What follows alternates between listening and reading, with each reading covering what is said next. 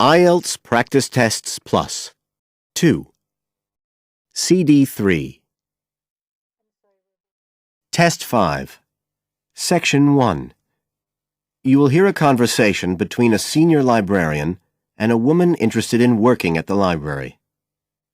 First, you have some time to look at questions 1 to 7 on pages 109 and 110.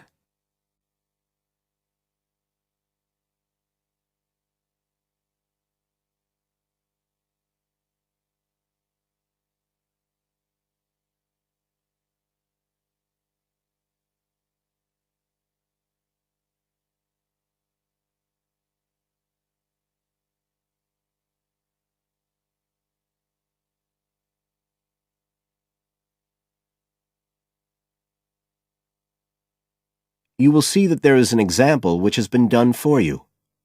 On this occasion only, the conversation relating to this will be played first.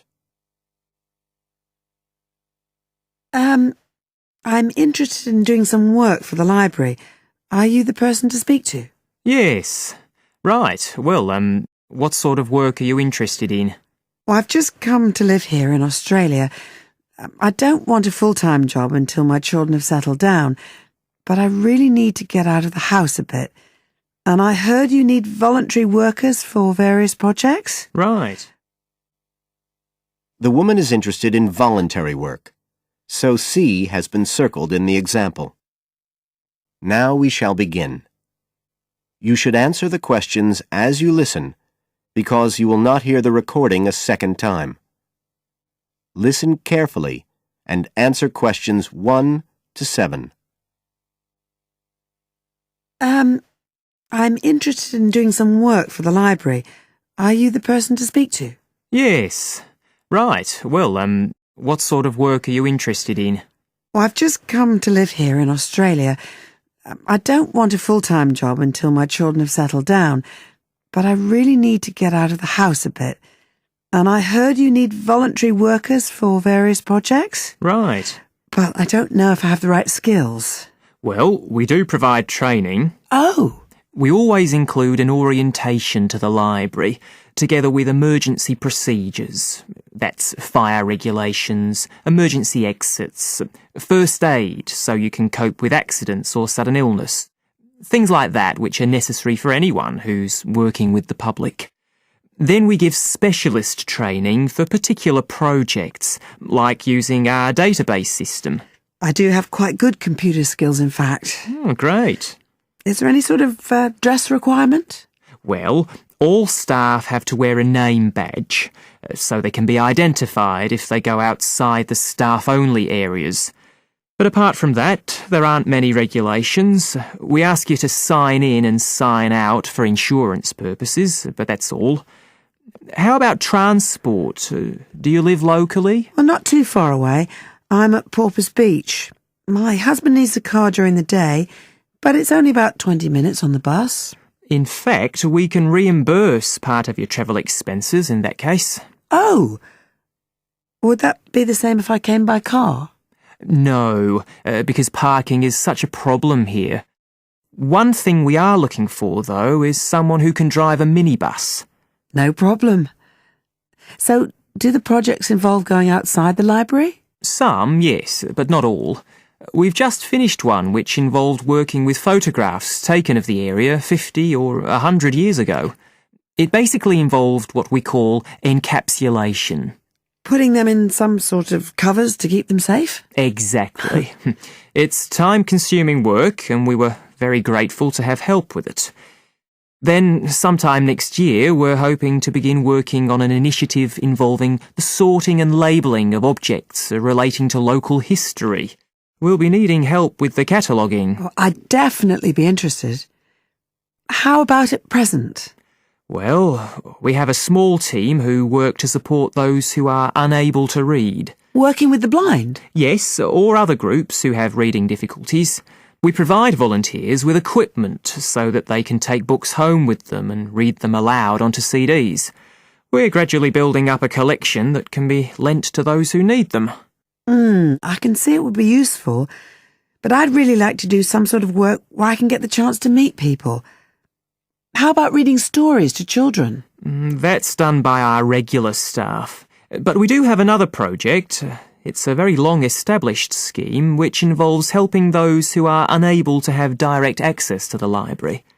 Oh, I noticed someone with a trolley of books when I was at the hospital last week. That sort of thing. That would have been one of ours, yes. It's one of our most popular services. Lots of people who wouldn't dream of going to the library normally when they're at home borrow a book when the trolley comes round the ward. I can imagine. Yes, I'd definitely be interested in that. Right, so how do I enrol? Well, we do ask all volunteers to commit themselves to a regular period each week. I could probably do 5 or 6 hours. Oh, be careful not to take on too much.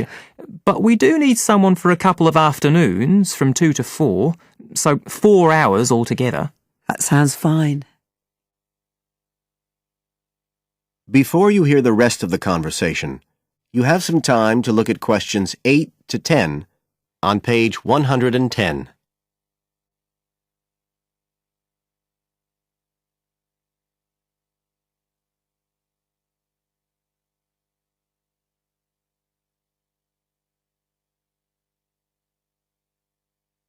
Now listen and answer questions 8 to 10. Right, so here's the application form. It asks the usual questions, name and address and telephone number. You also need to fill in details of who we should get in touch with in case of any accident or problem like that. We do need to have that filled in. And there's a space for date of birth, but that's only if you're over 75, so we won't worry about that. No. Oh, it asks for qualifications. Do I need to provide certificates? They're not necessary. We'll need the names of 2 referees, not relatives or family members, obviously. What else? Signature of parent or guardian. That won't be necessary, as I assume you're over 18. Yes. What's this? It says civil conviction check. That's a document we have to provide by law for those working on projects involving children, so we won't need it in your case. But you will need to sign this separate document. That's a copy of commitment. It's basically an agreement to work according to the library guidelines. So, if you'd like to fill this all in, you can do it here or take it home, whichever you prefer. I'll take it home if that's okay. Right, well, thank you for your time. That is the end of section 1. You now have half a minute to check your answers.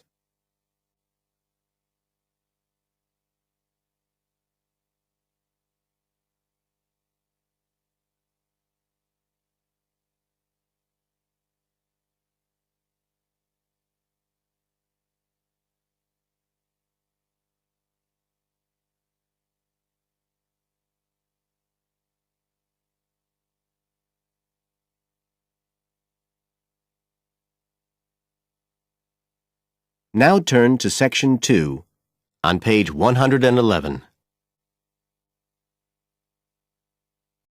Section 2. You will hear part of a local radio program about fighting air pollution in Canadian towns. First, you have some time to look at questions 11 to 14 on page 111.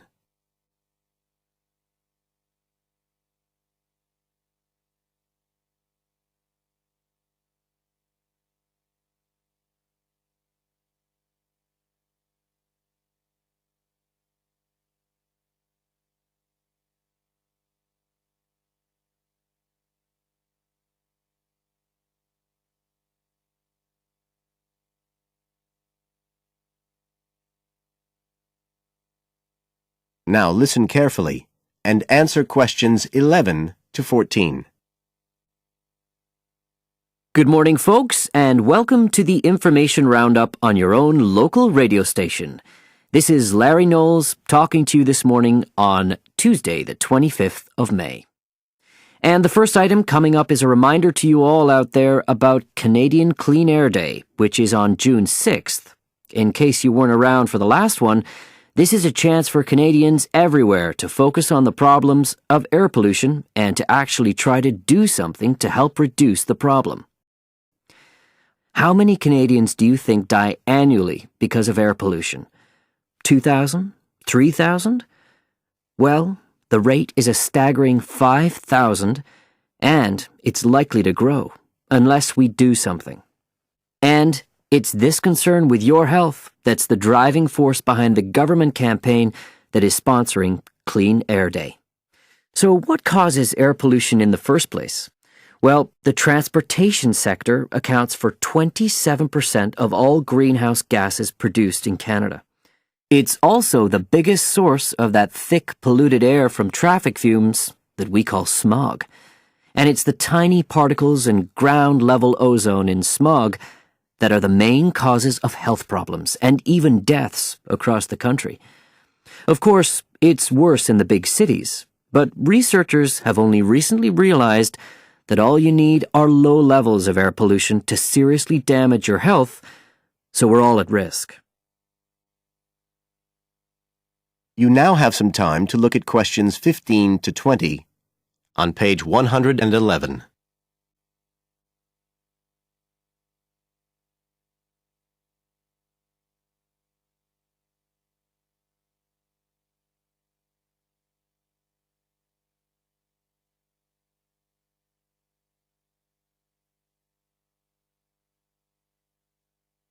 Now listen and answer questions 15 to 20. So, what can we do to fight air pollution? Well, it should be pretty obvious by now that the way we get to and from work every day can have a big impact on the air we breathe. So the easiest action you can take on Clean Air Day is to accept what we call the commuter challenge and get to work on foot or by cycling for a change. If you have to use your car, try carpooling and share the drive, or better still, use public transit. If everyone tries this for just one day, you'll be amazed by the difference it can make to the air in our towns and cities. But there's more you can do to improve air quality. For example, you can plant trees. And if you don't have a garden, then you can do your bit in other ways. For instance, did you know that modern, improved wood stoves can reduce wood smoke by as much as 80 to 90%? So you can make a big difference if you upgrade the appliances you use in your home. The government is also working hard on your behalf to clean up our air. Its priority is to reduce the emissions that cause smog, and they have clear plans to get there. Last year, Canada and the United States agreed to reduce emissions on both sides of the border between the two countries, and they plan to reach their targets in the next few years. The government's also taking action to get cleaner fuels. It's already reduced the sulfur contained in gasoline, and it hopes to reach the reduction target for sulfur in diesel by next year. But the measures don't just focus on the motorist. The federal government's also working to reduce emissions from power plants and factories right across the provinces. You can find out all about government action and all the plans for Clean Air Day events. That is the end of section 2. You now have half a minute to check your answers.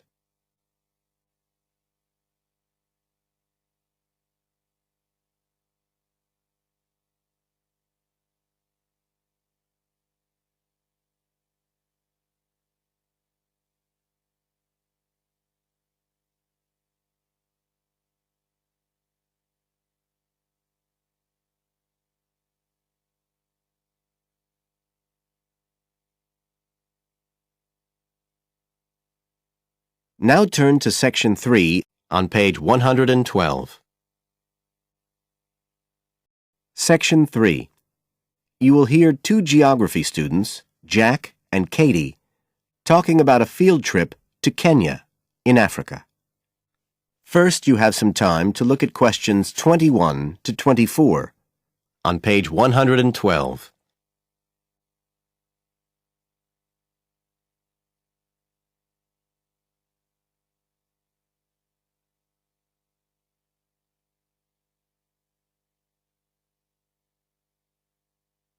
Now listen carefully and answer questions 21 to 24.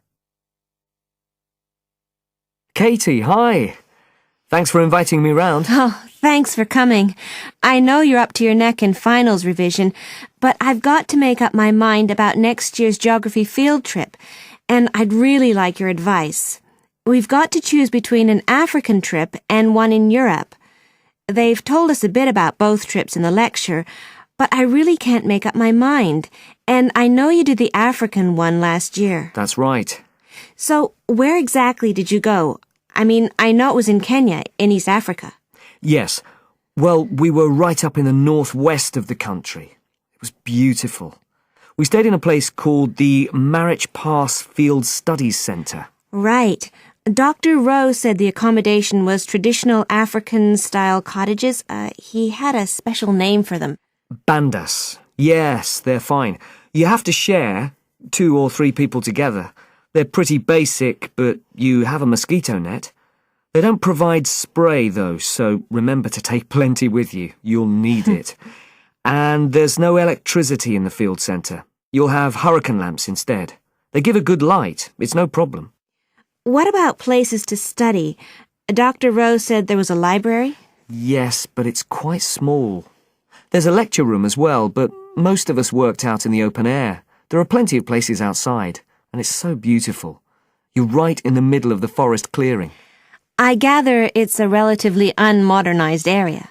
Definitely. They actually set up the centre there because it's on the boundaries of 2 distinct ecological zones. The mountains, where the people are mainly agriculturalists, and the semi-arid plains lower down, where they're semi-nomadic pastoralists. Before you hear the rest of the conversation, you have some time to look at questions 25 to 30 on page 112.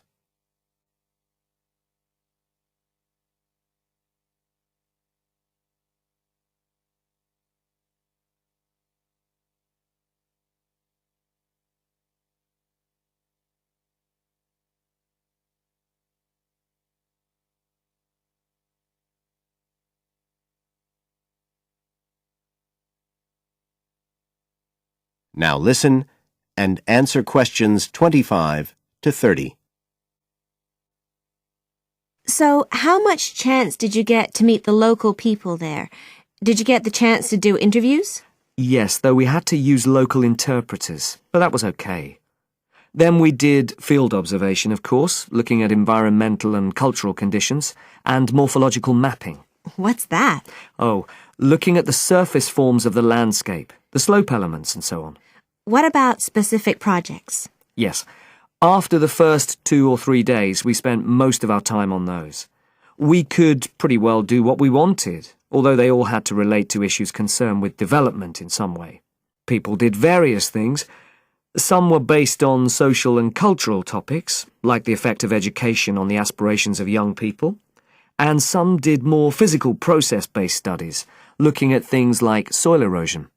My group actually looked at issues relating to water, things like sources such as rivers and wells, and quality and so on. It was a good project to work on, but a bit frustrating. We felt we needed a lot more time, really. Right.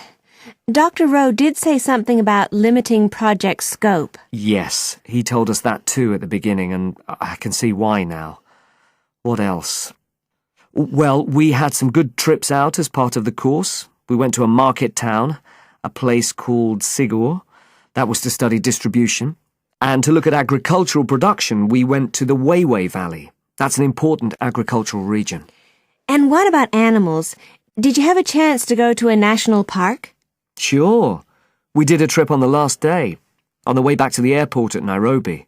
But actually there was lots of wildlife at the field centre. Vervet monkeys and baboons and lizards. It does sound good. It was excellent, I'd say. In terms of logistics, it was very well run. But it was more than that. I mean, it's not the sort of place I'd ever have got to on my own. And it was a real eye-opener. It got me really interested in development issues and the way other people live. I did find it frustrating at the time that we couldn't get as far as we wanted on the project. But actually, I'm going to follow it up in my dissertation, So it's given me some ideas and data for that as well. So you'd say it was worth the extra money? Definitely. That is the end of Section 3. You now have half a minute to check your answers.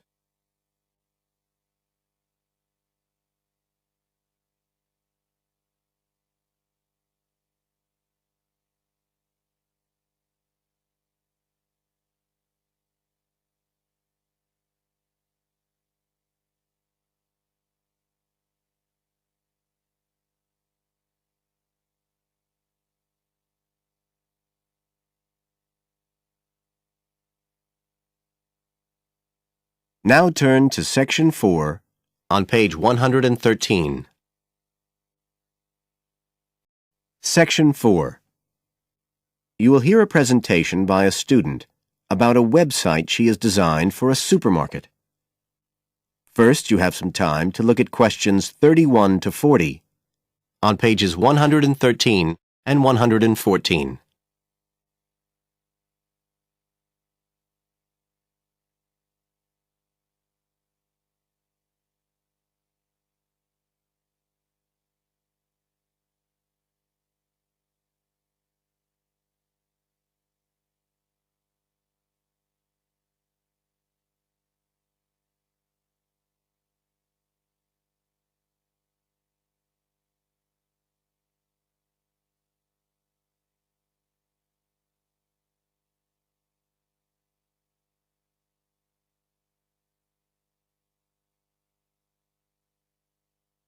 Now listen carefully and answer questions 31 to 40.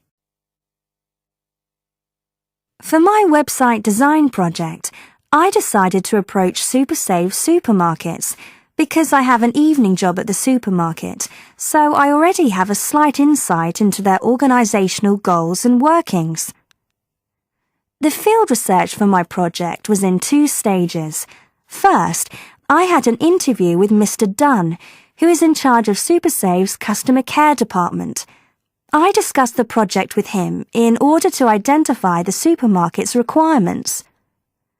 Mr. Dunn said customers are often unwilling to make a face-to-face complaint when they've experienced difficulties with a product or a member of staff or anything related to the supermarket.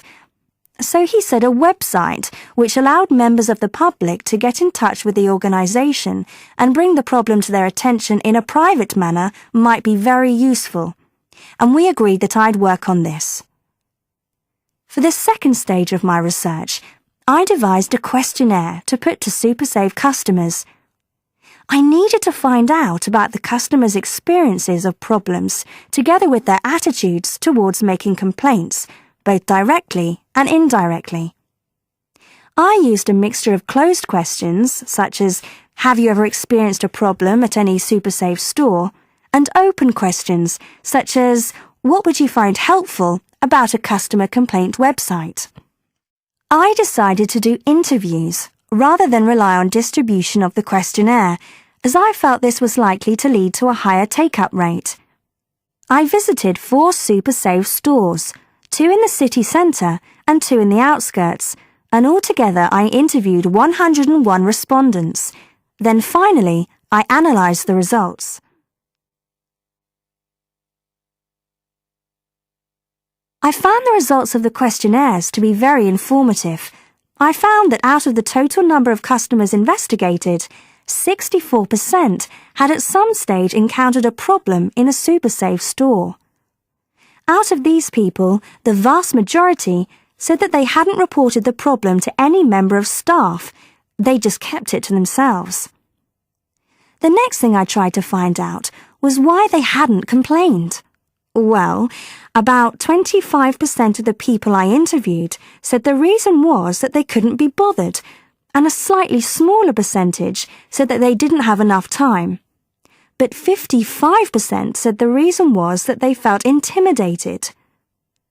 I finally asked if they would be more likely to complain if they didn't have to do it face-to-face, and nearly everyone I asked said that they would, 95% to be exact.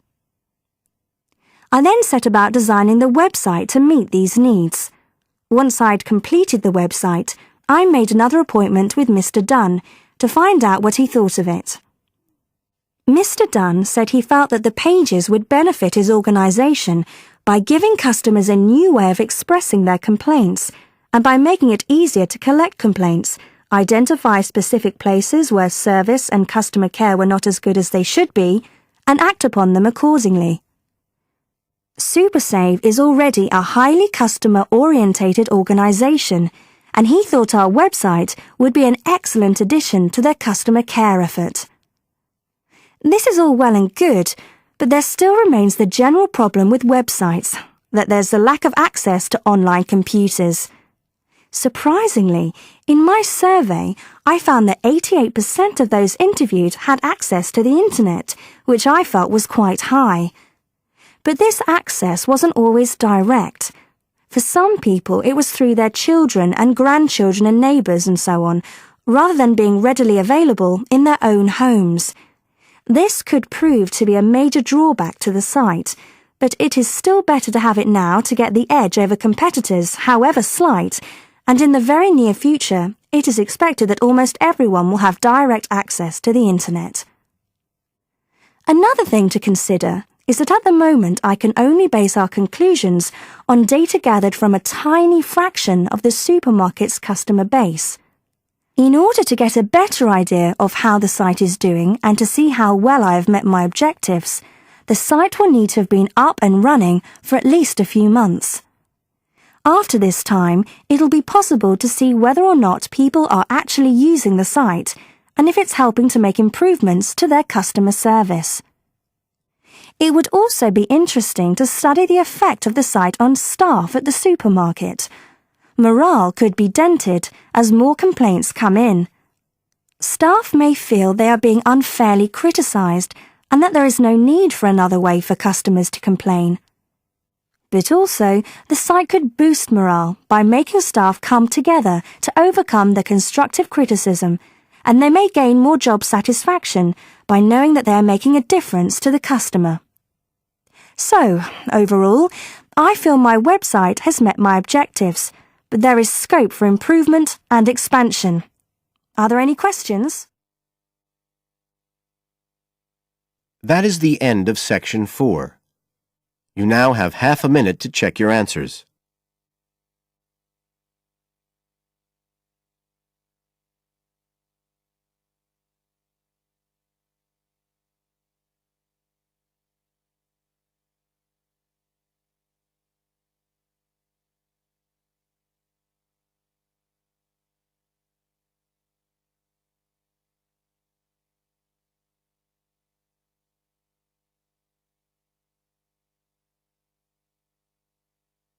That is the end of the listening test. You now have 10 minutes to transfer your answers to the separate answer sheet.